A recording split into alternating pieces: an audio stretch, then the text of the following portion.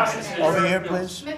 President, on the war that you haven't solved yet, the Ukraine-Russia situation, have you now locked in a meeting? And can you explain, just a few weeks ago at UNGA, you said that Ukraine could possibly win the war and Well, they could. territory, but now They could it's still very win it. I don't think they different. will, but they could still win it. I never said they would win it. I said they could win. Anything can happen. You know, war is a very strange thing. A lot of bad things happen, a lot of good things happen. If you look at the Middle East, I would say prior to us hitting Iran so hard, we could have never made that deal because you would have had a dark cloud over the Middle East when we took out their nuclear capability, which was one of the great military maneuvers of all time. It was flawless. You saw that. Yeah.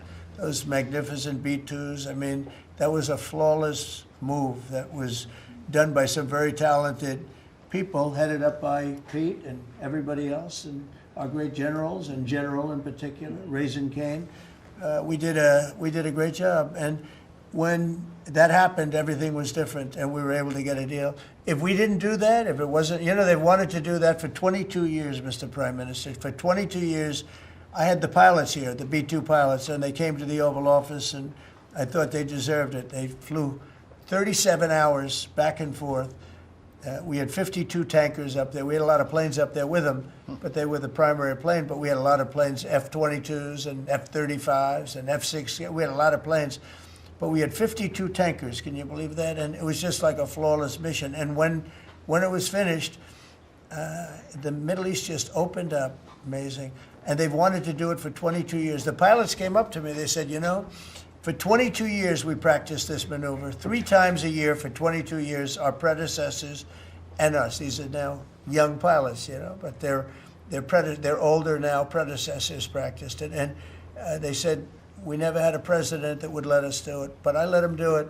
And it totally opened up the Middle East. It took the cloud over the, you know, we had a dark cloud over the Middle East, and now it's all, I mean, we have a little situation relatively with Hamas, and that will be taken care of very quickly if they don't straighten it out themselves, because they're in violation of their agreement. Thank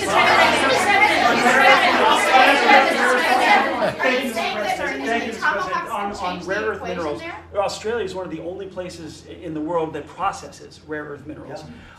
Could there be an agreement? China has 90% of the processing. Could there be an agreement over processing rare earth minerals with Australia? Sure, Yeah. That's what we're doing. That's It's part of the agreement. That's Can part you- of the agreement. Can you say with certainty Go ahead, please. that Pa- also, thank you, sir, just, sorry. Yeah. On a follow-up on Taiwan, there are reports that you will come up, or China is pressuring you to not support independence for Taiwan in exchange for a trade deal. Well, I'm not going to talk about that. What I'll talk about, you and I will have that discussion in a couple of weeks when I'm in South Korea with President Xi. We're going to be talking about a lot of things. I assume that's going to be one of the things, but I'm not going to talk about that now. Yeah, please, go ahead.